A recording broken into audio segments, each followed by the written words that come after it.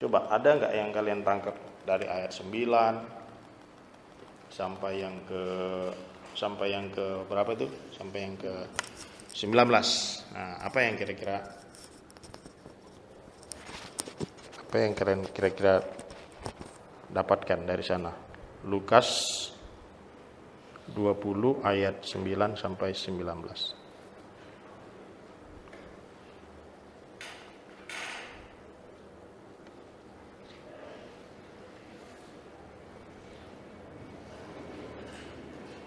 Boleh ya, pertanyaan juga boleh, jadi enggak harus gini. Kalau kita belajar menafsirkan itu, kita itu bukan sedang menjelaskan, kita sedang mengobservasi dan bertanya. Jadi menafsirkan itu bukan kita langsung menjelaskan, oh ini artinya, bukan itu. Kita mengobservasi yang kamu temukan pada ayat 9 sampai 19 itu apa yang kamu temukan?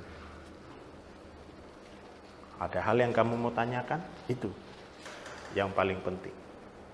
Apa yang kalian temukan dari ayat 9 sampai 19?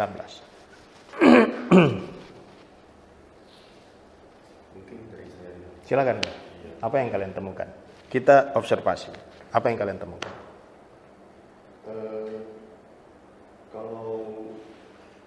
Kalau saya baca ya, terima kasih. Thank you.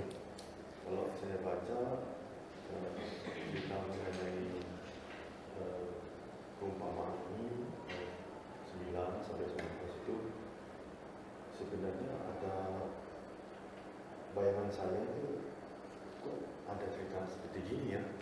Iya. Iya, kok ada seperti gini ya. Iya. Tapi saya sebenarnya bukan sendiri juga. Oke. Karena di dalam ayat itu ada yang bilang ayat 16 dia akan datang dan membinasakan penggarap-penggarap itu dan mempercayakan kebun anggur itu kepada orang-orang lain. Mendengar itu mereka berkata, sekali-kali jangan.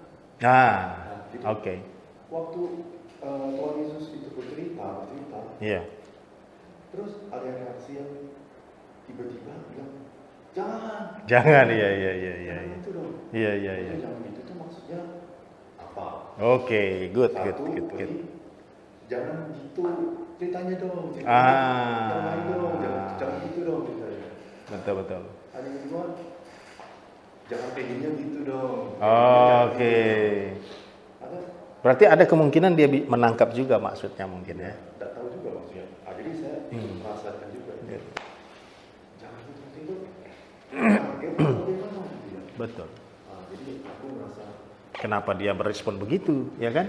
Lucu juga ya. Tapi akhirnya kok ada sih penggarap-penggarap itu jahat ya. Apakah di dunia ini ada orang yang sedikit ya? Oke. Sudah dikerjakan untuk menggarap kebun, malah punya pikiran gak mau berbagi hasil, anak yang punya malah dibunuh. Wow. Itu ada orang yang sejahat ini di dunia ini. Betul. Betapa kagetnya saya membaca. Maksudnya perikop ini juga membawa saya ke perenungan dan juga banyak pertanyaan. Oke. Thank you. Tapi kira-kira dari yang menarik tadi Coach bilang tadi tentang mereka yang terkejut terus bilang jangan gitu dong. Kira-kira mereka itu merespon bagian yang mana dari perkataan Yesus? Makanya saya lagi. Nah, kalau kita lihat di sini, apakah mereka itu merespon tentang perbuatan si penggarap kebun atau terhadap pemilik kebunnya yang dia responinya? Kan ditanya kan Yesus kan nanya kan ya, dia bilang ayat 15 dia bilang sekarang apa yang akan dilakukan oleh tuan kebun. Kemudian ayat 16 kata mendengar itu mereka berkata sekali-kali jangan. Berarti kira-kira audiensnya itu merespon bagian mana yang dari perumpamaan Yesus. Mereka meresponi bagian yang mananya? Merespon tindakan dari pemilik kebun atau merespon tentang penggarap kebunnya? Penggarap. Karena yang di ayat 15-nya dikatakan ini berbicara tentang pemilik kebunnya. Karena dia bilang, sekarang apa yang akan dilakukan oleh tuan kebun anggur itu? Ini berbicara setelah ceritanya anaknya dibunuh kan? Ini berbicara tentang anaknya pemilik kebun sudah dibunuh. Lalu ayat 15, sekarang apa yang akan dilakukan oleh pemilik kebun? Ayat 16, tiba-tiba mereka respon, wah sekali-sekali jangan. Jadi kira-kira mereka itu bilang jangan itu jangan yang mananya?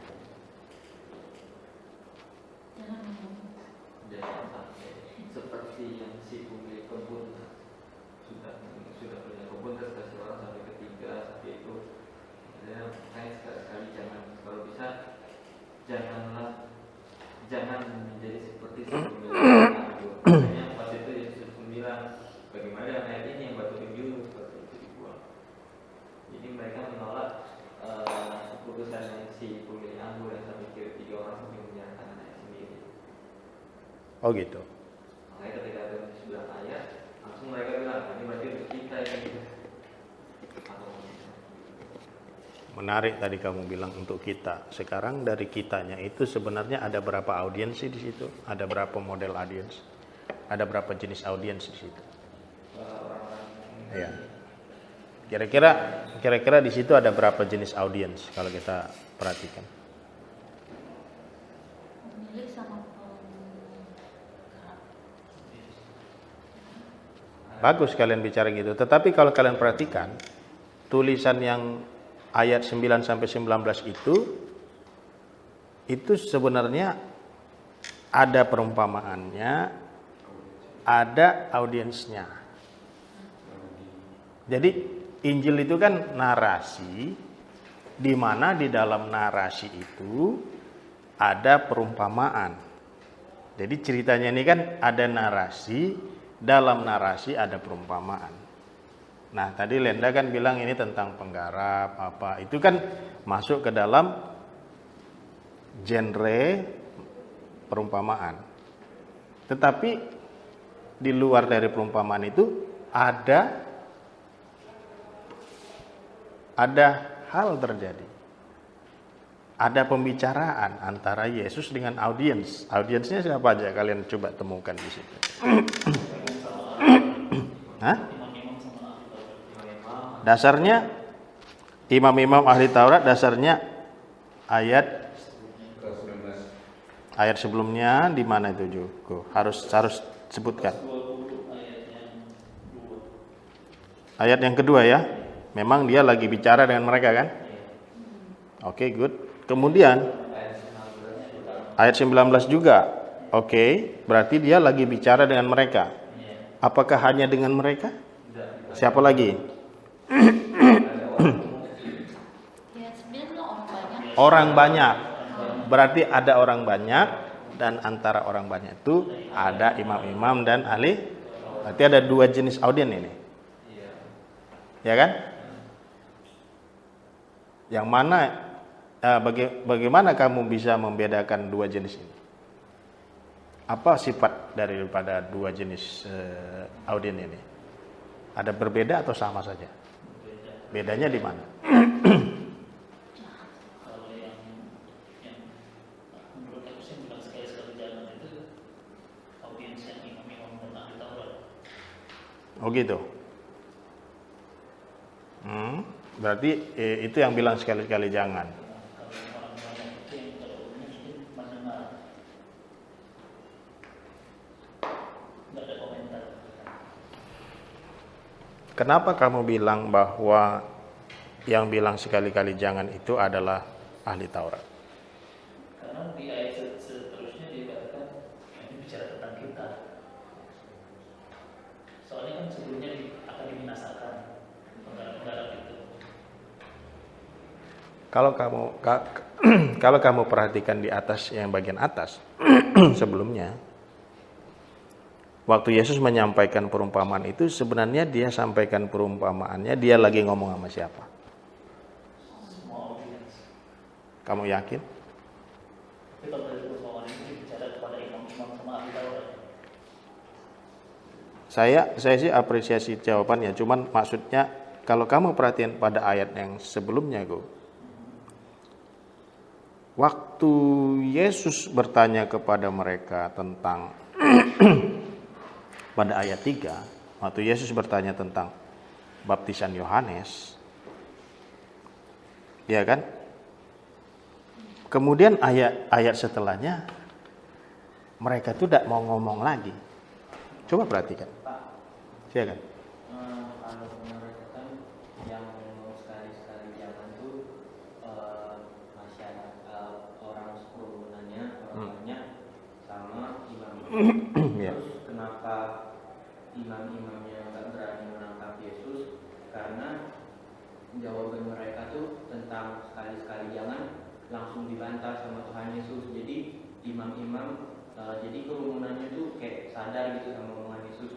Oh iya, ternyata jawaban kita salah. Ya maka dari itu imam itu juga sadar kalau kita tangkap Yesus sekarang pasti bakal diprotes masyarakat, karena masyarakatnya sendiri sudah tahu itu jawaban dari Tuhan Yesus, mana yang benar, mana yang salah. Kalau imam-imam itu langsung menangkap Yesus, mereka salah, terus di mata masyarakat nama mereka tuh juga jelek, makanya mereka diem aja gitu. Oke. Ya, thank you tanggapannya. Tapi coba kalian perhatikan, awalnya Yesus tuh ngomong sama siapa? Coba kalian perhatikan. Awalnya Yesus tuh ngomong sama siapa? Kemudian setelahnya ngomong sama siapa? Karena ini ada dua jenis audiens kan. Awalnya dia ngomong sama siapa?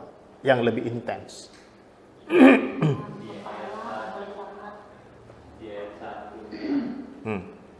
Yesus mengajar di bait Allah dengan kita. Dia tuh lagi bicara pada imam-imam kepala dan ahli Taurat serta tokoh. Berarti awalnya dia lagi ngomong sama mereka. Kemudian pembicaraan itu kemudian semakin seru ya. Nah, kemudian ada pergantian audiensnya nggak atau sama aja kalau kalian lihat? Ada pergantian audiens. Kenapa harus berganti? Kenapa jadi berganti?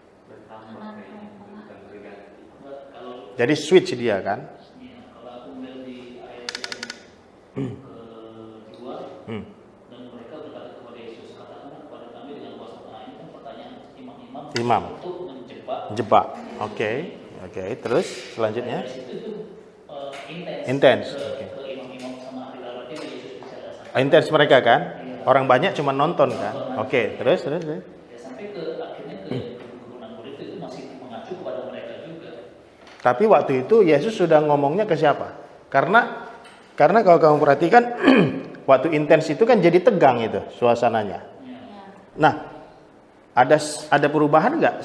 Jadinya Yesusnya lagi jadi ngomong sama siapa? Istilahnya gini, pas kamu udah marah nama orang, udah nggak bisa ngomong lagi kan? Yang ini netral pembahasan dari 9 untuk sebanyak orang.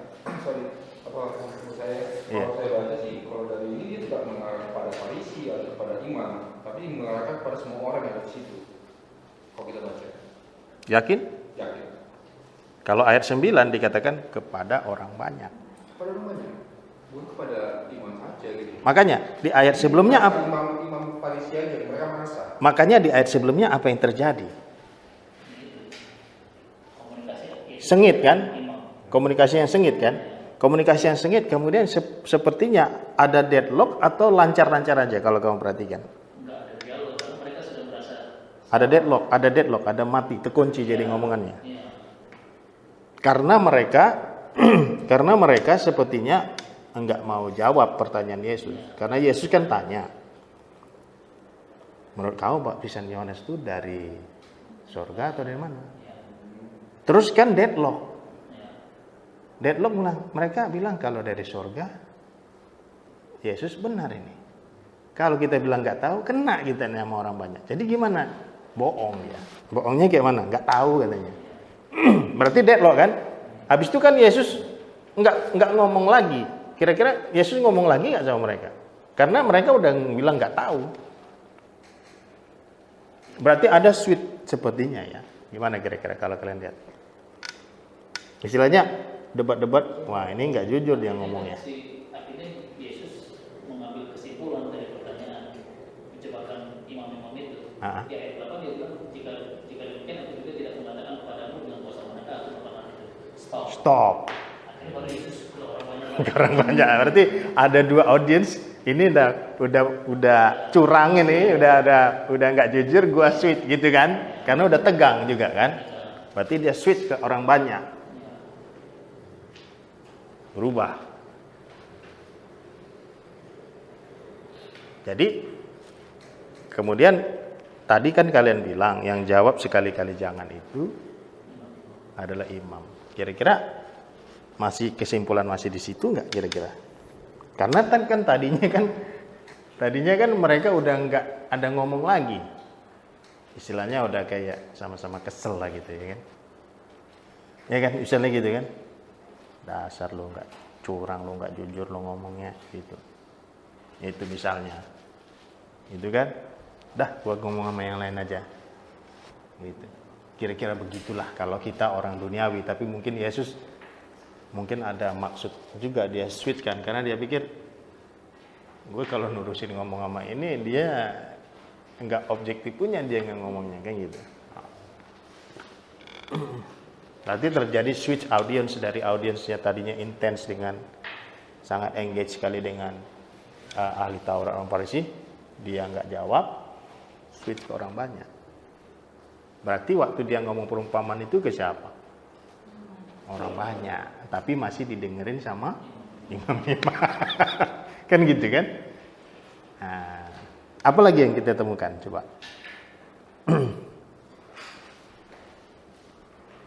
Ini kita mengobservasi ya, mengobservasi. Makanya kalau kita baca dengan kita ulang-ulang, kita teliti,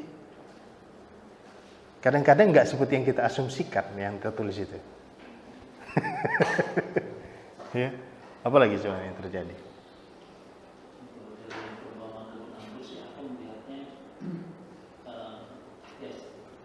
Seperti Yesus bicara kepada orang-orang banyak yang ada di bait suci, tapi dia juga mau kasih tahu ini pemimpin agama ini dia sebagai penggarap kebun anggur. Oke. Dia mau kasih tahu juga bahwa nantinya Yesus itu sebagai anak yang dibunuh itu. Tapi kalau bisa coba dasarnya lebih kuat. Kalau bisa dasarnya lebih kuat mengatakan itu dasarnya apa? Nah. Karena kan anggapnya orang yang punya kebun anggur itu Tuhan. Oke. Terus pelayan-pelayan itu nabi-nabi atau rasul-rasul. Nah, kalau ini mungkin rasul-rasul. Nah, terus penggarap-penggarapnya itu kayak imam. Rasul kan Tuhan kayak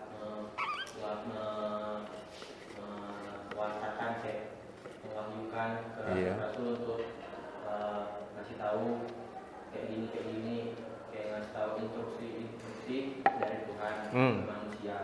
Nah, cuman penggarap-penggarapnya nih kayak bebal, jadinya membunuh. Nah, sehingga mau tidak mau si yang punya kebun anggur nih, yaitu Tuhan menurunkan Yesus.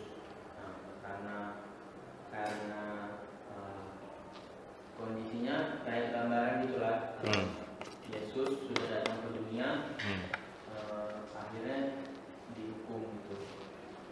Tetap si imam-imam ini menghukum Yesus. Oke. Tapi zaman itu rasul-rasul belum ada loh, kan? Nanti rasul-rasul itu nanti mulai setelah Yesus naik ke surga. Jadi kalau rasul-rasul kayaknya nggak mungkin. Kalau nabi ya mungkin gitu. Cuman kita taunya dari mana? Sebenarnya maksud Yesus ini dengan perumpamaan ini apa sih gitu?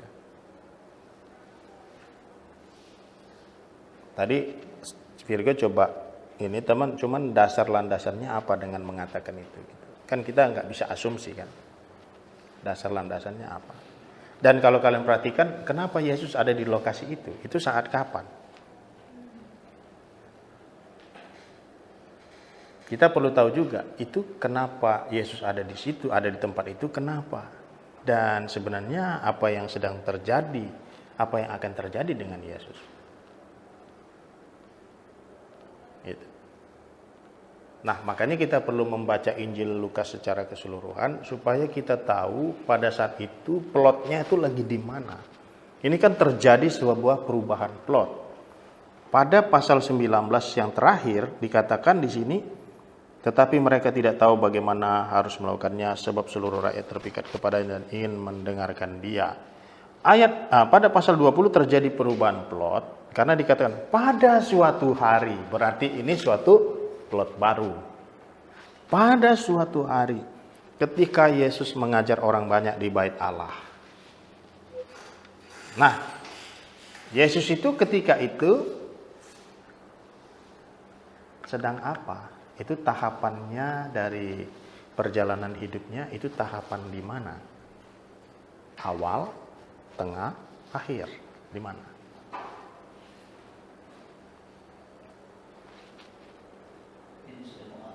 Akhir. Akhir ya. Nah, bagian akhir kamu bilang ya.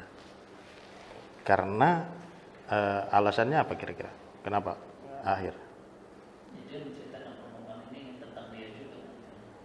Berarti dia itu sedang mengacu kepada dirinya. Mengacu kepada dirinya. Oke. Kalau kalian perhatikan di dalam kitab Injil, Matius, Markus, Lukas, memang disebutkan Yesus itu ke Bait Allah itu cuma sekali. Kalau berdasarkan Matius, Markus, Lukas. Nanti kalian baca sendiri. Di Yohanes 3 kali. Jadi ceritanya Matius, Markus, Lukas itu gini. Yesus itu lama di Galilea, lalu kemudian ke selatan ke Yerusalem, ke Bait Suci. Itu Matius, Markus, Lukas. Yohanes, Yesus itu ada 3 kali ke Bait Suci. Makanya kalau baca Matius, Markus, Lukas, kita cuma pikir Yesus itu seperti hanya 1 tahun aja dia pelayanannya. Tapi kalau kita baca Yohanes 3 kali ke Bait Suci, merayakan Yom Kippur, Hari Raya Paskah, berarti 3 tahun. 3 tahun pelayanan. Nah, oke, kita sekarang sudah coba temukan berarti di sini berdasarkan keseluruhan kitab Lukas, kita pahami bahwa Yesus pergi ke Bait Allah, ini adalah akhir dari perjalanan hidupnya. Jadi, kira-kira kenapa Yesus memberikan perumpamaan itu? Dan apa hubungannya? Karena gini kan, nggak mungkin kan, Yesus ngomong-ngomong, terus sampaikan perumpamaan, dan perumpamaannya nggak nyambung sama ngomongan awalnya. Kan aneh. Tentunya ada kaitan dong. Nah, tetapi kaitannya apa? Gitu. Kaitannya apa dengan perumpamaan ini, dengan yang dia ngomong-ngomong tadi dengan orang Farisi, dengan orang banyak itu kaitannya apa?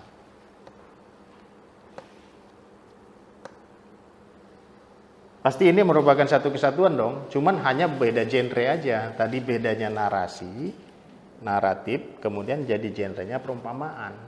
Tapi tentunya perumpamaan ini masih satu kesatuan dengan narasi tadi. Itu. Cuman arti perumpamannya itu apa?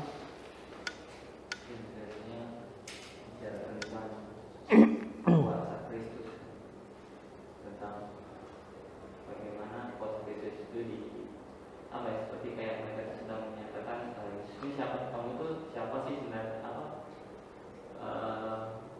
mereka itu lebih kayak mempertanyakan Yesus seperti dan kuasa dan otoritasnya seperti Oke.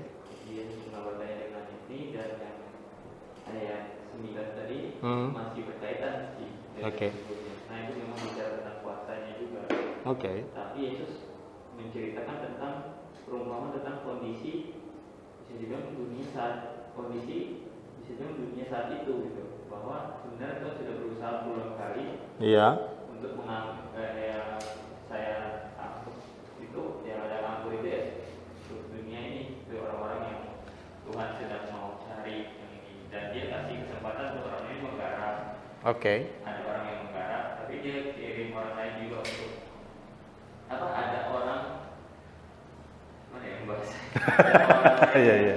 Coba mungkin ada orang yang pertama disuruh dia menggarap, Iya. ada orang perwakilan untuk juga mensupervisi atau ini, mereka tolak reject gitu. Terus 1, 2, 3, yang kan yang ketiga sampai akhirnya dia kirim anaknya pun dia juga dibunuh gitu. Jadi ini mesti ada gambaran tentang Kristusnya juga, nanti akhirnya dia gimana. Jadi lebih banyak Ada orang yang mensupervisi, mengecek-ngecek gitu pekerjaan si penggarap itu. menggarap itu. Oke. Akhirnya untuk melihat. Hah? Istilahnya yang ngecek-ngecek lah ya. Suruhan-suruhan dari tuan pemilik. Oke. Dia sudah benar apakah mereka ini, tapi mereka mau menguasai ini cuma untuk kepentingan sepihak, untuk kepentingan pribadinya si penggarap itu, seperti itu. Oke, tidak. Jadi, Oke, ya. mereka berusaha mengambil, bisa dibilang ini kan sebenarnya haknya, kan balik-balik lagi kan ini bicara tentang otoritas, ya sebenarnya ini adalah haknya Tuhan seperti itu, tapi ya mereka nggak mau kasih. Oke. Dan itu sama seperti kayak yang cerita bangsa, cerita yang ahli-ahli orang di sana, Ya. ya mereka merasa ini haknya mereka, ini bukannya Tuhan seperti itu. Jadi kami punya hak di sini, jadi mereka mau berusaha menolak Kristus. Oke. Berarti kan kita menemukan ada semacam simbol-simbol atau metafora-metafora di situ ya. Simbol-simbol atau metafora seperti Tuhan pemilik, anak, penggarap. Aku coba observasi. Coba. Ya. Jadi kalau kan audiensnya dia kan orang-orang Yahudi, Ya. orang-orang di bait suci. Hmm. Ini dia pasti ini mengacu kepada kebiasaan-kebiasaan perjanjian di perjanjian lama ya. Oke. Jadi kalau dibilang kan di Alkitab sendiri bangsa Israel itu disimbolkan sebagai pokok anggur. Jadi kebun anggur yang Ada ayatnya nggak? ada yang memang di perjanjian lama ya. Ah.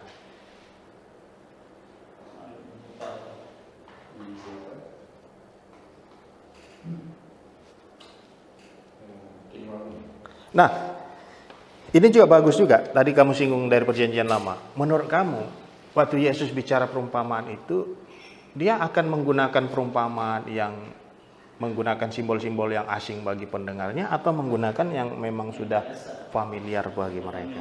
Berarti kemungkinan itu memang sudah familiar juga bagi mereka. Jadi kemungkinan bahwa kebun anggur itu adalah satu istilah yang juga familiar dengan mereka. Hanya kamu tidak ketemu ayatnya. Oke.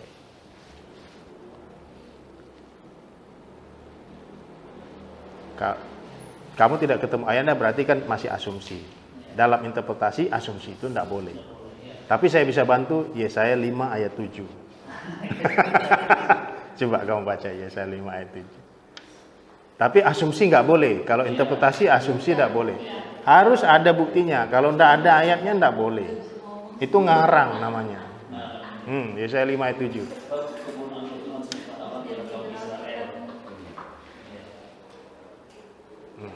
Berarti dia bicara tentang bangsa Israel yang memang sudah familiar bagi mereka dan dia menggunakan istilah itu. Kamu bahwa ada tuan pemilik kebun anggur, lalu ada penggarap-penggarap. Berarti sudah kita ketemu kebun anggurnya adalah Israel. Nah, yang lainnya, simbol yang lain? Si pemilik kebun anggur adalah Allah. Si penggarap adalah pemimpin agama. Pemimpin agama. Ya. Terus si hamba-hamba nabi-nabi. Nabi-nabi. Anaknya Yesus. Udah hampir jelas ya. Oke. Sekarang begini. Kenapa hamba-hambanya itu tidak mati tapi anaknya mati? Dalam perumpamaan Yesus. Kenapa hambanya tidak mati tapi Yesusnya mati? Apakah menunjukkan bahwa para nabi tidak pernah mati?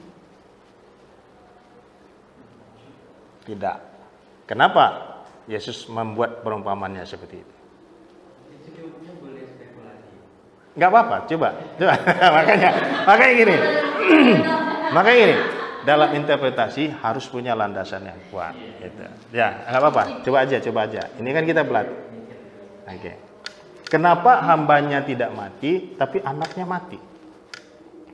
Apakah ini menunjukkan bahwa hamba para nabi tidak pernah mati? Dan mengapa hambanya hanya 3?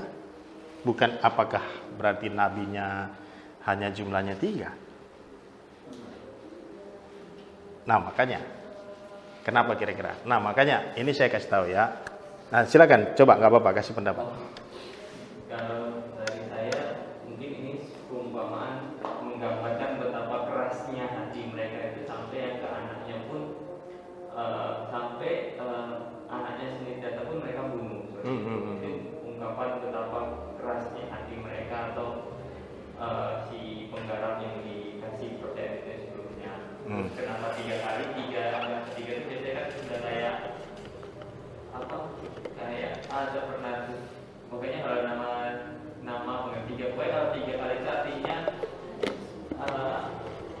suatu kayak pernyataan gitu yang Ya. seriusan atau servo itu pokoknya 3 kali. Ya. Kalau dia sampai yang ketiga itu berarti sudah apa ya? Lupa. Artinya serius. Bisa dibilang itu sudah serius atau sudah Serius ya. Oke, katakanlah serius. Berarti kan Tuhan melakukan berulang kali.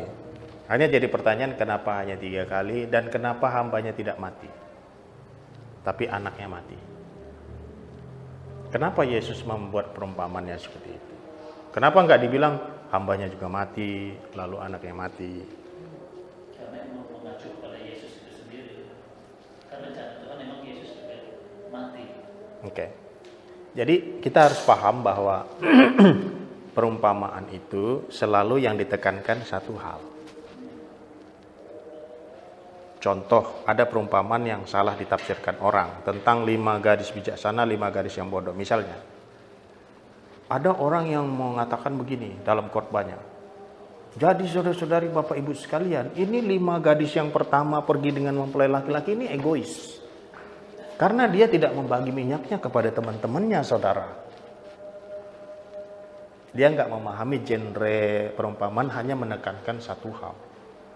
Yang ditekankan di situ adalah persiapan, penyambutan, waspada terhadap antisipasi terhadap kedatangan Tuhan. Bukan tentang hal yang lain. Itu yang mau ditekankan. Begitu juga dalam perumpamaan ini, yang ditekankan adalah kematian anak, sehingga tidak bicara tentang kematian hamba. Jadi kita nggak bilang, wah ini nggak akurat, nggak bisa, karena yang ditekankan itu adalah kematian anaknya itu. Jadi genre perumpamaan itu begitu. Begitu juga perumpamaan tentang orang Samaria yang baik hati, yang ditekankan adalah kasih sesama. Jadi tidak bisa ditafsirkan siapa yang menjaga losmen itu, siapa yang menjaga penginapan, siapa yang mati itu, siapa yang imam-imam itu. Ya, nggak bisa terlalu jauh, karena yang ditekankan di situ adalah kasih sesamanya. Itu kalau cara menafsirkan perumpamaan, hanya satu poin yang ditekankan di situ. Makanya tidak dibahas tentang kematian hamba. Yang mau ditekankan ini kematian anak, karena Yesus lagi bicara tentang anak, tentang dirinya gitu ya. Jadi ini smart kind of communication gitu. Jadi dia lagi ngobrol sama orang Farisi, stuck, deadlock, mereka nggak mau ngomong, dia ngomong sama orang banyak, tapi masih didengerin sama orang Farisinya. Dia bilang, ada perumpamaan, tapi masih nguping kan? Perumpamaan ini tentang kebun anggur, katanya.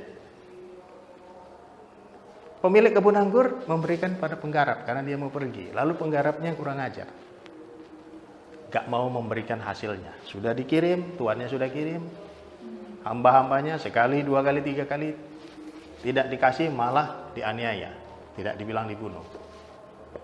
Lalu yang ketiga, Lalu yang terakhir dikirimlah anaknya. Lalu anaknya ini saudara dibunuh saudara. Nah ini bicara tentang gua nih anaknya nih, kemarin-kemarin yang datang tuh nabi, disikat sama mereka gitu kan. Gua nih yang terakhir. Maksudnya tuh begitu, gua nih yang terakhir. Nah kalau penggarap itu membunuh si anak itu, kira-kira kalau tuannya datang, mereka itu mau diapain? Katanya gitu. Lalu kan siapanya bilang, audiennya, wah berat katanya. Makanya jangan itu parah. Nah makanya saya bilang tadi, yang ngomong jangan itu siapa kira-kira? Orang banyak, karena dia lagi ngomong sama orang banyak. Yang ini lagi diam-diam aja, diam-diam tersinggung ini. Tertusuk, karena gini, dia lagi ngomong sini tapi tahu yang dengerin ini. Tapi maksudnya ke sini gitu. Jadi dia ngomong begini, karena ngomong ke sini kan udah deadlock gitu kan.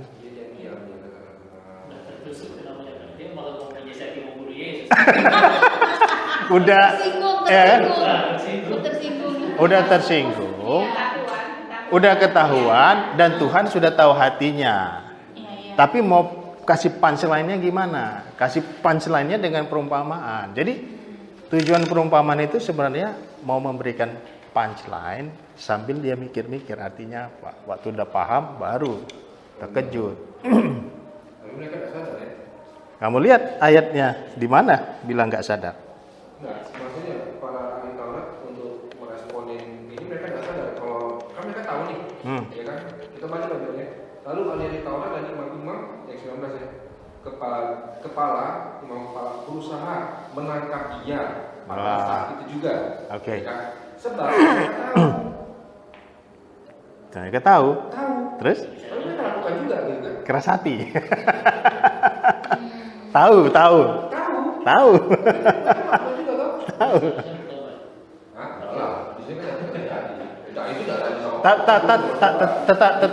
Tetapi menarik. Tahu. Tapi menarik. Tahu, tapi berbuat juga. Artinya, memang sudah ditegaskan seperti itu. Tuhan tahu hati para Taurat kok. Iya.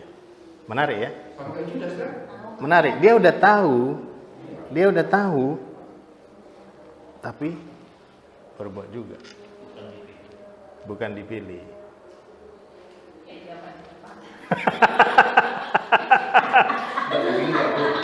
Mereka dipilih untuk menyalibkan. Enggak. Menyalibkan. Oke. Menyalibkan sih kan? Oke, berarti mereka tahu. Arti dari perkataan Yesus. Ya kan? Tapi belum tentu mereka mengerti. Iya. Belum mengerti kan? Iya. Mereka mungkin taunya secara intelektual tentang apa yang dikatakan Yesus. Tapi mereka tidak tahu kehendak Tuhan. Tidak tahu kehendak Tuhan bagi mereka tentang apa yang seharusnya mereka lakukan. Tapi mereka dapat mengartikan apa yang dikatakan Yesus dari perumpamaan itu. Tapi mereka tidak punya keyakinan tentang kehendak Tuhan lewat perumpamaan itu. Menarik ya, berarti orang itu bisa tahu secara intelektualnya, tapi tidak tahu apa kehendak Tuhan yang harus mereka lakukan. Wah, luar biasa ya. Temuan kita luar biasa ini. Ya, tetapi ada simbol lagi, ada metafora lagi yang saya rasa kita masih belum bahas. Tadi kita sudah bicara tentang kebun anggur, tentang penggarap. Oke lah, fine. Berarti penggarap itu adalah pemimpin agama tadi. Anak adalah Yesus. Hamba-hamba adalah para nabi. Ya. Kemudian ada metafora lagi ketika setelah mereka mengatakan, orang banyak mengatakan sekali-kali jangan. Maksudnya wah ini pasti parah nih kalau tuannya mau balas dendam. Kira-kira begitu. Ada metafora lagi pada ayat 17 dan 18. Yesus kemudian menanggapi respon mereka, tetapi Yesus memandang mereka. Berarti dia mandang orang yang banyak tadi, mungkin terfokus kepada orang yang bilang tadi, sekali-kali jangan. Yesus mengatakan apa? Jika demikian, apakah arti nas ini, batu yang dibuang oleh tukang-tukang bangunan telah menjadi batu penjuru? Barang siapa jatuh ke atas batu itu, ia akan hancur. Dan barang siapa ditimpa batu itu, ia akan remuk. Nah, sekarang ada metafora baru lagi yang kita temukan. Yesus switch dari pembicaraan tentang perumpamaan anggur, dia merubah lagi pada satu metafora tentang batu. Ya kan? Nah, sekarang apa maksud Yesus berbicara tentang batu dan mengapa Yesus menggunakan metafora baru,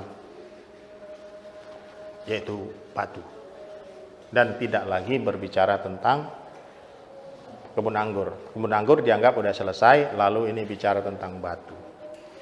Batu itu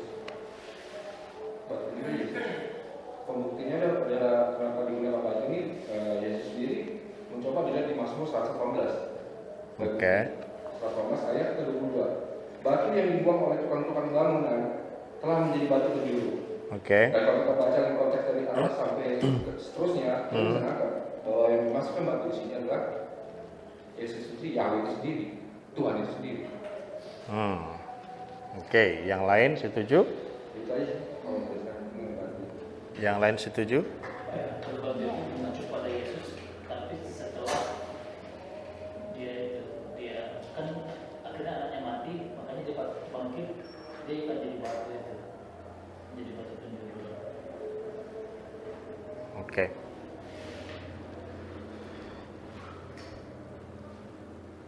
Batu yang dibuang kemudian menjadi batu penjuru. Ini menunjukkan sesuatu yang tadinya tidak dianggap penting, kemudian menjadi penting. Batu penjuru itu kan adalah batu yang penting dalam sebuah bangunan. Tetapi kemudian pada ayat 19, apa artinya? Barang siapa jatuh ke atas batu itu, ia akan hancur. Dan barang siapa ditimpa batu itu, ia akan remuk. Ini menarik banget. Bukan ke rival tadi, ini menarik. Makanya, nah kalian harus perhatikan, Yesus tadi lagi menanggapin siapa? Lagi menanggapin tentang apa? Dan kenapa switch langsung ke batu? Jadi begini, antara realitas di dalam cerita dengan perumpamaan selalu berkaitan. Contoh, ketika Yesus bilang, kasihlah sesamamu. Orang nggak ngerti kasih sesama, lalu dia kasih perumpamaan. Tetapi waktu perumpamaan itu diberikan, itu masih berkaitan dengan realitas pembicaraan yang sedang terjadi. Sama, ketika Yesus memberikan metafora tentang batu, itu masih berkaitan dengan dia merespon perkataan mereka tadi, sekali-kali jangan. Jadi kita harus melihat bahwa perumpamaan itu adalah satu kesatuan dengan realitas yang ada, yang terjadi ketika itu. Jadi bukan sesuatu yang terpisah. Makanya memahami perumpamaan, kita juga harus memahami ceritanya yang waktu itu terjadi. Yang realnya apa, yang perumpamaan yang mana. Gitu. Nah, jadi oke lah, kita sudah temukan bahwa batu itu adalah Yesus yang tadinya ditolak, kemudian menjadi sesuatu yang penting, menjadi batu penjuru. Tetapi ayat yang kemudiannya artinya apa? Ayat 18. Barang siapa jatuh ke atas batu itu, ia akan hancur. Dan barang siapa ditimpa batu itu, ia akan remuk.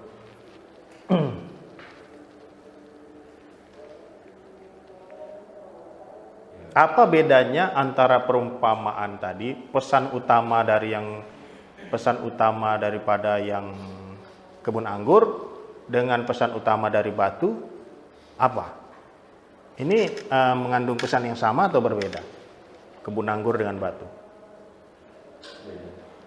Bedanya di mana? Bedanya kalau kebun anggur itu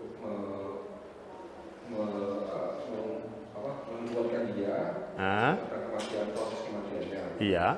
Tapi kalau kepada yang masalah khusus yang 18 saya. Iya. Yang 18 ini bentuknya itu sudah bentuk yang jauh ke depan lagi. Oke.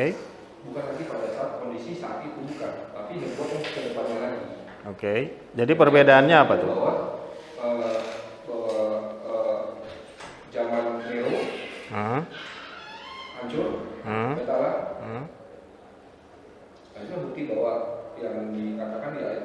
Itu menurut saya, makanya ini sangat menarik. Ini perlu Betul. dikaji ulang lagi nih. Betul. Maksudnya apa sih ini? Betul. Dengan batu penjuru yang tiba-tiba kasih arah, Iya. tiba-tiba masuk ke 18 ke buat pada zaman Nero terjadi. Oke. Tapi hati-hati menggunakan Nero. Nero nggak ada disebutkan di situ. Iya, itu kan itu akal manusia kan mengatakan tidak ada. Ya, maksudnya gini. Itu sudah tahu. Maksudnya gini, dalam interpretasi teks, Oh, interpretasi teks. kalau kita interpretasi teks, kita nggak bisa membicarakan hal yang tidak ada di situ. Ya, oke. Yang melawan Tuhan, ya diajukan. Oke. Kalau ngambil dari Alkitab yang di depan, Boleh. kalau Boleh. di 1 Petrus juga kan, batu itu sangat berharga untuk orang yang percaya. Tapi bagi orang-orang yang tidak percaya berlakulah ayat-ayat berikut ini. Batu yang tidak terpakai oleh tukang-tukang bangunan itu ternyata menjadi batu yang pertama. Iya. Terus dan itulah batu yang membuat orang bersandung. Itu kan barang siapa yang jatuh terhadap batu itu. Itulah batu yang membuat orang tersandung, batu yang membuat mereka jatuh. Mereka tersandung sebab mereka tidak percaya akan perkataan Allah. Itulah yang sudah ditentukan Allah mengenai mereka. Bagus kau mengambil ayat itu, Ton. Cuman pada konteks ketika itu surat Petrus itu belum ada. Dan bagaimana kita tahu bahwa yang dimaksud Petrus adalah sama dengan yang dimaksud Lukas? Tapi ya usaha yang bagus, cuma masih ada gapnya di situ. Gapnya adalah how do you know gitu bahwa yang dimaksud Petrus adalah yang dimaksud dengan Yesus gitu, yang dimaksud dengan Lukas gitu. Itu ya, ini ada lagi ya. Yang kalau kita lihat sambungan tadi Mazmur 118 ya, yang mengenai batu penjuru ya. Ini kan pertama dialamatkan kepada siapa? Iya. Tuhan berbicara tentang kasihnya. Dan kalau kita mau lihat lagi di ayat 23 itu jelas gitu. Sambungan dari batu penjuru. Hal itu terjadi dari pihak Tuhan. Suatu perbuatan ajaib di mata kita. Maksudnya ajaibnya apa? Yang kita tidak tahu gitu. Proses seperti apa? Jadi pada waktu kita berdiri di sini, kalau kita menjadi pada masa kita tidak tahu gitu. Kita sudah tahu setelah ada ini. Gitu. Jadi kalau kita mau lihat lagi apa yang dikatakan di dalam Matius 8:19 10 bab ya kita tentang kalau tentang kehidupan salibat ya kan. Orang tidak akan orang itu akan dilahirkan seperti itu dan bisa juga orang itu dikarenakan oleh seseorang. Tapi ingat dicatatkan kaki di bawahnya apa? Di terakhir. Belum tentu semua orang mengerti akan perkataanku itu gitu. Jadi pada saat itu kalau kita mau lihat konteks ini, kalau kita mau lihat konteks, di saat mereka nggak tahu gitu tentang nubuat ini seperti apa. Kita tahu ini setelah ini ditulis gitu. Tapi ayat 19 dikatakan mereka tahu. Mereka tahu ayat 19. Mereka tahu tapi tidak mengerti. Tahu tapi tidak mengerti. Oh, ada yang tahu dan ada yang mengerti gitu. Ada yang batas tahu aja bisa. Aku tahu tapi aku tidak mengerti gitu. Berarti komunikasi Yesus itu tidak efektif karena dia mengatakan sesuatu yang tidak dimengerti. Faktanya terjadi penyalipan. Ya, maksudnya berarti sia-sia aja dia ngomong karena tidak ada paham. Gitu. Penggunaan ini kalau kita lihat perumpamaan ini bukan pada saat itu dipergunakan. Tapi untuk kedepannya. Kita lihat dari sekarang kita ini untuk menguatkan kita. Betul, berarti bagus juga kalau Lai bilang untuk kita, berarti kita paham nggak ini artinya? Ya pahamnya itu seperti itu bahwa kuasa Tuhan itu manusia tidak mengerti kuasa Tuhan seperti apa. Ya, kalau itu. kita berdiri kan kita mencoba untuk berdiri ke sana. Ya. Alam itu kan. Maksudnya kita lebih spesifiknya tentang batu itu tadi. Ya. Kita sudah temukan bahwa batu yang dibuang adalah Yesus karena dia ditolak, tetapi kemudian dia adalah batu yang penting, dia adalah batu penjuru. Betul. Ya kan? Nah, tetapi pada ayat 18-nya, barang siapa jatuh ke atas batu itu, ia akan hancur, dan barang siapa ditimpa batu itu, ia akan remuk. Makanya saya Kalau di Yesaya 8 tulisan ayatnya, oleh karena aku sangat suci, aku menjadi batu sandungan bagi rakyat Yehuda dan Israel, dan perangkap yang menjerat penduduk Yerusalem. Banyak orang akan jatuh tersandung dan terluka, mereka akan terperosok ke dalam makam. ngerti. Cuman nanti bagaimana orang bisa melihat kaitannya itu kepada perkataan Yesus itu gitu. Oke lah, kita tadi sudah memahami bahwa batu itu adalah Yesus yang dibuang kemudian menjadi penting. Tapi ayat 18-nya berbicara tentang apa? Makanya saya tanya tadi, kebun anggur itu bicara tentang apa? Batu tentang apa? Apakah ini mengandung pesan yang sama atau berbeda?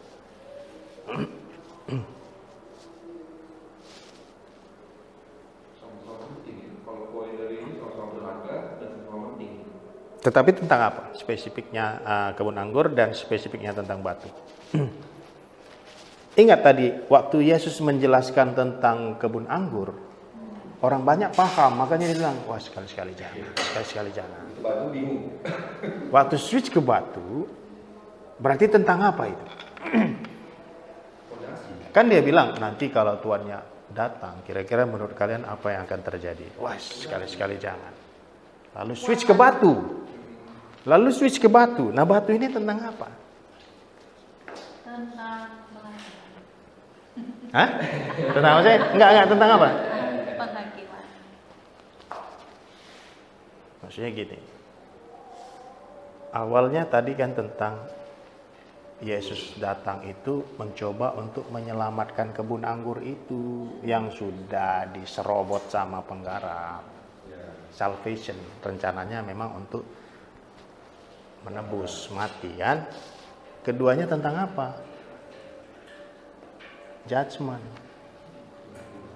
penghakiman. Karena yang pertama ada di reject, terakhir lu kena lu. Makanya dia bilang sekali-kali jangan deh. Bahaya kalau tuan anggurnya udah datang. Bahaya. Lalu switch ke batu. Batu itu kan mempunyai sifat yang keras. Itu bicara tentang penghakiman. Makanya dia bilang siapa yang ditimpa batu itu akan remuk. Kontrasnya itu. Kalau tadi tentang keselamatan, kalau tadi tentang penebusan, yang terakhir itu tentang penghakiman. Dua. Perumpamaan dan metafora yang kontras namun saling melengkapi. Merupakan satu batu, satu kesatuan. Jadi tahu, tapi tidak mengerti ya. Tapi tahu tidak mengerti kan jadi sebenarnya kan. Nah, kalau dari karakter tuan kebun anggur, apa yang kita bisa belajar? Sekarang kita ambil pelajarannya dari tuan kebun anggur, apa yang kita bisa belajar?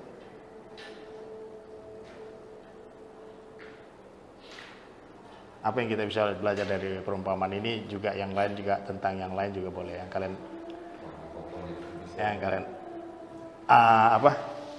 refleksinya apa dari perumpamaan yang kalian tangkap?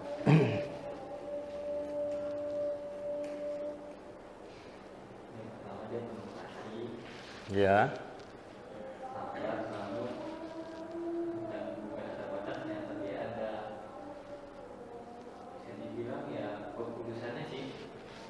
Betul. Dia coba berapa kali, dia berarti orangnya sabar ya, coba terus. Berarti itu tentang atribut, tentang karakter si tuan pemilik anggur, karakternya Tuhan, berarti begitu kan? Apalagi kira-kira apa hal lagi yang kalian bisa pelajari?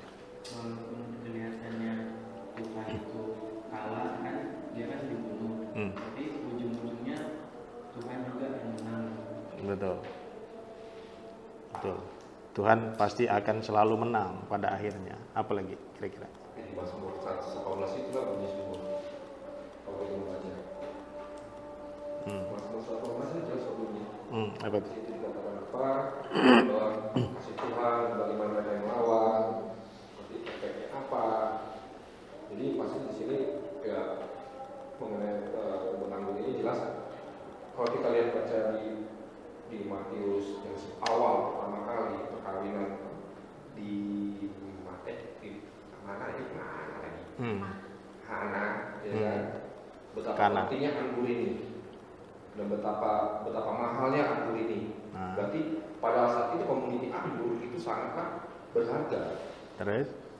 Nah, kalau kita lihat di sini bahwa dikatakan bahwa pemilik anggur adalah Bapak. Iya. Terus mengenai tentang kebun anggurnya apa? Terus? Itulah yang dikatakan sebagai kebun anggur ini itulah yang balik awal itu. Kalau kita mau lihat, kalau kita mau telah kembali, kalau kita mau observe betapa pentingnya di sini kan. Jadi ladang Allah, ladang Tuhan itu sendiri. Iya. Dan kita sudah jelas diserobot oleh si hamba-hamba yang kita kaitkan di sini jelas di konteks di sini jelas mengarah kepada Imam Farisi. Penggarap. Kan? Imam Farisi tadi kan. Iya. Mereka mencoba untuk kalau pernah sama itu juga pernah cerita tentang kita ingat waktu dia Tuhan Yesus marah mengenai di bait Allah yang dia ngamuk kan diputar-balikan. Ya. Dan di situ kan kita lihat bahwa itu menjadi satu lahan satu dengan mata pencarian dari imam itu sendiri gitu. Dan di sini sudah salah gitu. Di sini sudah salah. Begitu mereka menggunakan ini untuk kepentingan mereka gitu. Bukan kepentingan untuk yang spiritual bilang kan bahasa keren kita itu one for all gitu. Bukan all for one. Yang mereka lakukan adalah all for one. Dan mereka sudah lari dari yang Tuhan mau tadi. Dari Imam Elis mereka selalu sudah belajar anak-anaknya kayak gimana. Dari Imam Elis itu sendiri kayak gimana. Ya maksudnya oke lah kamu tadi bicara tentang itu. Tapi maksudnya apa yang kita renungkan dari cerita itu sehingga bisa kita ambil seperti orang Farisi. Simpel aja kok. Ya maksudnya dari cerita itu apa gitu? Dari cerita itu apa? Dari cerita ini. Lebih spesifiknya kan jelas, kita jangan seperti Farisi. Jelas poin yang pertama jangan membunuh. Kalau kita kaitkan dalam perjanjian lama dalam 10 Taurat. Dari yang cerita itu aja. Jadi biar nggak terlalu melebar dia. Dari cerita itu aja. Cerita ini ya. Dari konteks. Dari yang kita tafsirkan tadi, dari yang kita tadi ya. Jadi kalau kita mau tarik ininya bahwa ya itu tadi Tuhan tidak akan pernah mau istilahnya yang dia punya itu dirusak gitu oleh kuasa dunia. Oke.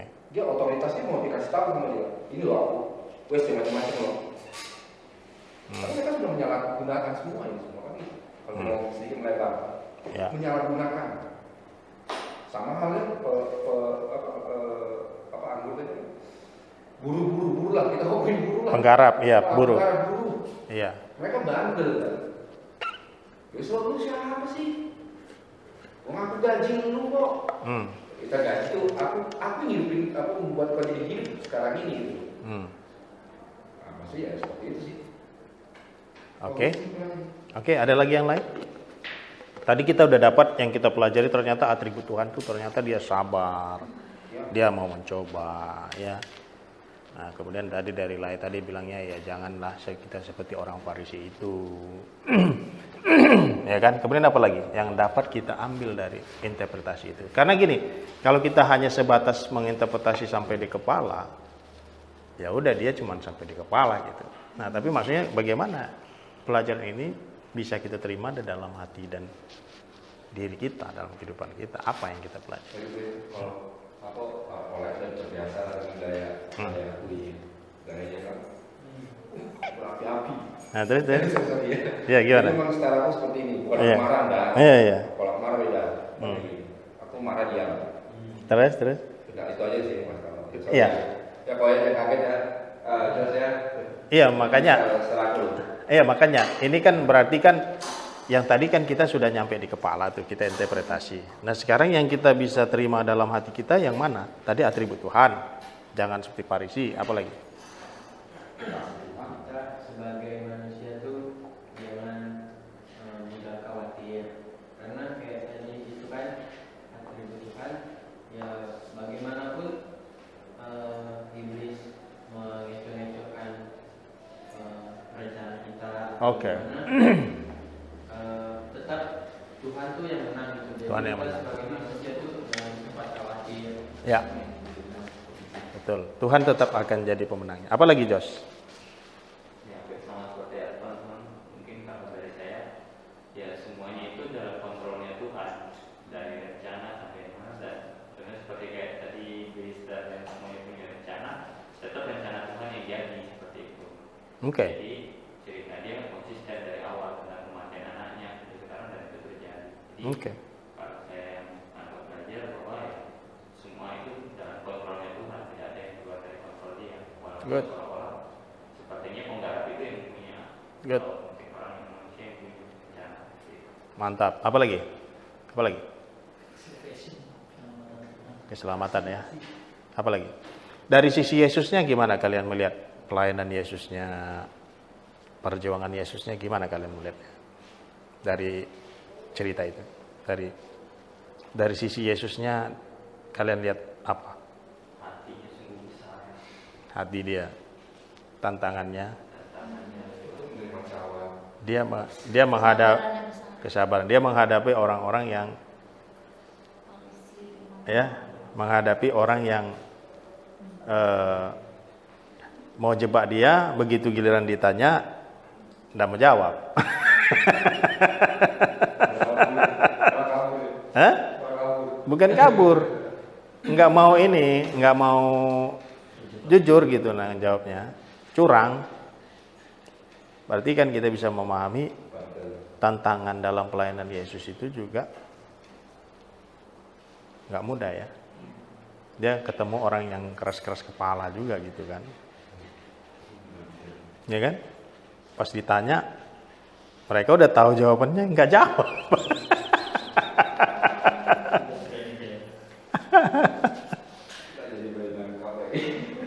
Berarti dari sini kan kita juga bisa mengapresiasi apa yang dilakukan oleh Yesus. Dia bukan cuma mati di kayu salib doang loh, tapi dia juga istilahnya dia kalau orang kita bilang makan hati, tapi dia nggak makan hati. Maksudnya dia itu juga banyak tantangan emosionalnya dengan orang-orang yang ngeselin kayak gitu kan. Ya, apa tuh? Sebagai orang yang berdosa itu, Tuhan selalu ngasih kesempatan untuk bertobat. Oke.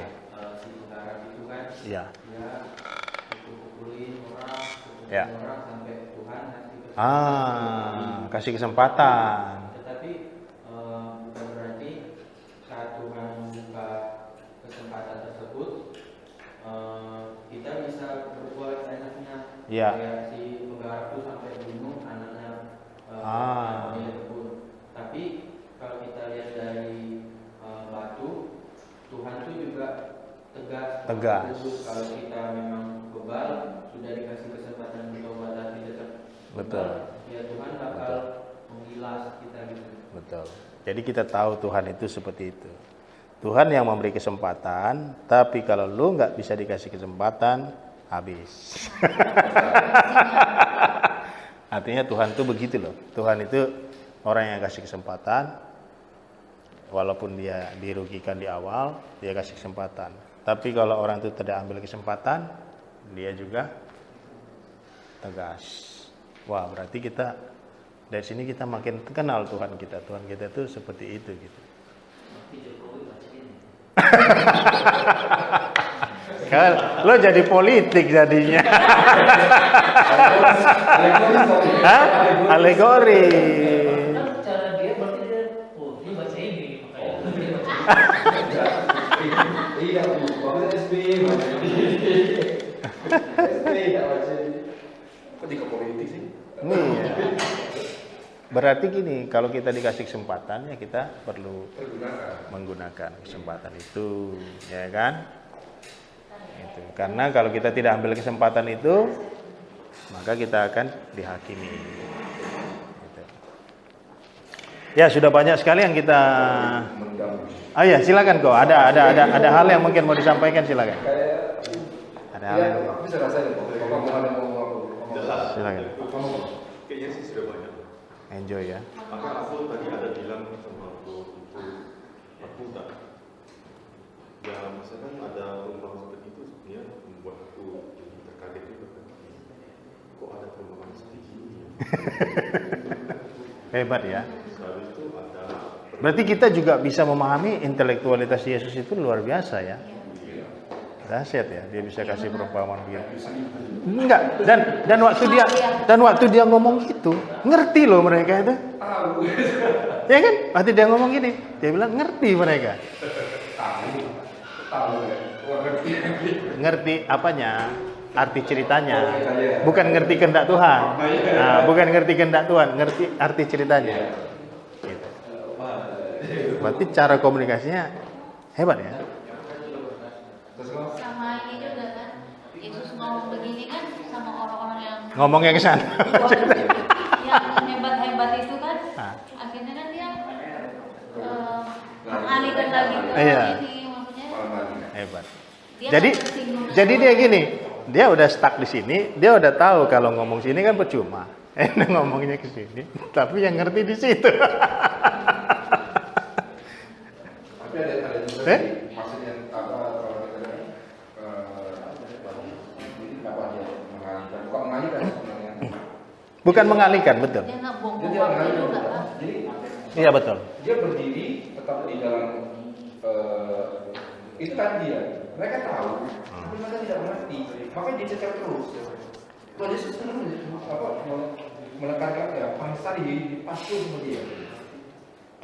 Iya. Bukan lagi dalam arti kata Iya, iya. sesungguhnya, bukan. Iya, tapi dia kan gini, kan udah deadlock nih. Iya. Kalau dia ngomong kan nggak mungkin lagi. Iya. Tapi kan dia tetap mau mereka juga memahami sesuatu pesan dia kan. Berarti dia ngomongnya ke orang banyak. Memposisikan itu. Berarti duduk yang tua-tua Yahudi, imam Farisi segala macam posisi di mana? Di depan mereka ya. Nggak ada di ngomongin. Nah, dia diomongin dong. Nggak ada dikasih tahu di sini. Makanya kita kan hanya fokus pada teks. Nah, iya. Jadi teksnya dia mengatakan bahwa orang banyak. Iya. Tapi dia berikut orang Farisi sendiri. Iya. Jadi yang dikatakan di sini orang banyak itu semuanya dia tidak mau. Waktu itu dia pertama fokus nih. Iya. Kepada orang Farisi. Kemudian dia lalu kan ada lalu. Itu ada fokus sama orang Farisi. Kan dia kan di Ya, Farisi oke. orang tanya. Iya. Terus orang Farisi duluan tanya dengan kuasa apa kau baptis saya? Lalu dia cecer nih orang imam-imam. Iya, maksudnya di sini kan mengatakan kita kan konteksnya waktu kita bahas ini kan pertanyaan yang dilemparkan sama Farisi itu kan Tuhan Yesus kan fokus ke orang Farisi dijawab. Iya, benar kan? Tapi kan waktu dalam penjelasan berikutnya sudah dalam ruang itu ada orang Farisi. Tapi coba perhatikan, penulis membedakan keduanya pada ayat 1. Jadi antara orang banyak dikatakan pada suatu hari ketika Yesus, makanya perlu kita baca. Pada suatu hari ketika Yesus mengajar orang banyak, lalu datanglah imam-imam kepala dan berarti sudah dibedakan kedua kelompok ini dari awal antara orang banyak dan imam-imam. Dan jadi sudah dibedakan jenis audiennya pada ayat 1. Karena kan memang tujuan Yesus itu dia mau mengajar. Jadi, ya, jadi Yesus kan ngajar orang banyak. Imam-imam, Farisi tua-tua datang. Jadi dua audiens ini. Lalu yang imam-imam ini kan nanya-nanya, ngetes kan, menjebak. Lalu dia tanggapin. Pertanyaan dia terakhir tidak bisa dijawab. Tidak mau dijawab tepatnya. Lalu dia switch lagi ke orang banyak lagi. Kalau aku bilang sih, kalau dia dari satu tadi yang saya bilang ya, bahwa di sini ada dua sudah ada misal audiens ya. Jadi kalau kita mau bikin satu cerita dalam arti kata sandiwara. Ya, oke. Apakah seperti itu? Apanya? Yang maksudnya gini, kalau kita amati benar-benar, Ya. kata datanglah imam-imam. Iya. Datanglah di sini, mereka sudah ada di situ dengan membawa pikiran apa yang ada dalam pikiran mereka seperti dikatakan sama Tuhan Yesus, atau mereka dari tempat yang lain datang ke situ. Gitu. Oke. Oh iya. Jadi yang lain artikan apa dengan itu? Yang aku artikan di sini, bahwa di sini audiens yang dibuat di sini, aku bilang sih gimana ya, pendengar itu kayaknya semuanya sama deh. Itu kan alay mengasumsikan. Maka kita perlu mencari arti dari kata datanglah. Maka kita perlu mencari arti kata datanglah. Coba kita cari versi ayat itu dibilang datanglah ke situ, berarti dia tidak di situ. tadinya. Tidak di waktu Yesus mengajar. Ya, jadi misalnya, nih aku lagi ngajar mengizinkan gini, tiba-tiba lain datang ke sini, berarti datang ke situ. Berarti kan tidak sedang dalam waktu Yesus mengajar. Ya, berarti kan artinya bahwa orang itu datang, imam itu datang, ya toh? Sebuah audiens. Ya bukan masalah dua audiens ini bukan. Kalau kita lihat bukan masalah dua audiens, 3 audiens atau 5 audiens di sini. Penekanannya adalah bahwa imam ini mencoba untuk menjebak, gitu. Makanya saya bilang, di sini kita bukan sedang menjelaskan, tetapi mengobservasi dan bertanya. Setelah hasil observasi kita ini sudah sangat kuat dan berdasar, baru kita bisa menarik satu kesimpulan, gitu kan? Nah, makanya tadi saya bilang, tadi kalau memang yang dimaksud adalah ada perbedaannya. Kalau sih bukan audiens itu, ya aku tidak memandang itu mau audiens ini tidak. Aku melihat dia mengarah kepada objek siapa ya? Objek bukan audiens ya. Audiens itu kan semua yang ada pada saat itu. Itu adalah audiens. Gitu. Jadi aku melihat ini objeknya kemana sih yang mau diarahkan? Gitu. Jadi bukan audiens itu apa sih bahasa ini ya? Objek primer lah mungkin ya. Objek primer terhadap yang mau ini gitu. Objek primernya. Iya, itu kan hasil observasi kita. Berarti kan audiensnya itu kan tadi, kalau di situ kan audiensnya tadi kan dia orang banyak. Lalu dikatakan datanglah.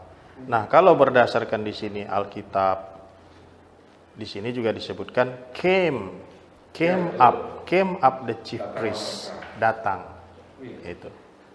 Datangnya dari mana? Nggak tahu, nggak disebutkan. Nah, kita harus jujur. Jadi, kalau menginterpretasi teks itu kita nggak bisa ngarang. Misalnya, oh dia datang dari luar bait Allah, nggak disebut. Gitu, nggak disebut. Tapi kalau kita bilang juga, oh mereka memang di situ tadi adanya. How do you know? Sorry. Aku lebih ke dalamnya, sorry. Ya kan? Maksudnya jangan sampai salah. Maksudnya itu artinya kita menginterpretasi berdasarkan teks. Teksnya nggak ngomong. Kalau dibilang, misalnya tadi Lai bilang, kemungkinan mereka di situ, mungkin, tapi how do you know? Gitu. Kalau dibilang datang, terus kita ngarang juga, datangnya dari luar bait Allah, how do you know? Nggak ada bilang itu juga, tapi dibilang came up, gitu kan? Nah, berarti dari ayat 1 sepertinya lebih jelas bahwa audiens ini memang ada 2 tadinya. Hah? Objek primer jelas. Enggak, tetapi begini loh, maksudnya aku kasih contohan ini sebenarnya kan untuk nanti kalau kita baca-baca Alkitab lagi ke depan, ternyata seringkali kita itu kan asumsi. Pas kita baca, ininya maksudnya. Pas kita baca, ternyata bukan ya. Karena dibutuhkan pembacaan yang berulang untuk menemukan arti yang sebenarnya gitu. Jadi kalau asumsi, nah makanya saya bilang cara pembacaan Alkitab seperti ini membuat kita percaya diri. Kenapa? Karena kita membaca lebih intens daripada orang lain, sehingga kita tuh ada satu kepercayaan diri dan apapun yang dikatakan orang kita nggak langsung bilang, oh salah gue ya, bukan. Karena apa? Kita belum lihat teksnya. Makanya orang Berean itu kan dibilang mereka teliti lagi, benar nggak yang bilang teksnya gitu. Itu loh. Dampak positifnya apa kalau cara baca kita gini? Kita nggak gampang ketipu. Orang bilang begini. Sebentar dulu, aku cek dulu ya. Sebentar. Kita cek. Asumsi. Ngerti nggak? Nah, itu manfaatnya cara belajar seperti ini. Jadi kita pun kalau orang mau ngomong apa, kita apresiasi. Tapi kita nggak bisa langsung terima. Landasan lu, dasarnya apa? Jadi kita orang Kristen yang percaya diri. Orang mau ngomong apa, kita apresiasi. Tapi tunggu, gua nggak bisa telan dulu. Gua baca dulu. Bagaimana? Ya kan? I think it's a good. Bukan kita keras hati, bukan kita sombong ya. Nah, begitu juga yang ngajar jadinya kan harus tunjukin buktinya kan. Contohnya tadi Virgo bilang, jadi kebun anggur ini adalah umat Tuhan. Saya tanya, taunya dari mana Gu? Mana?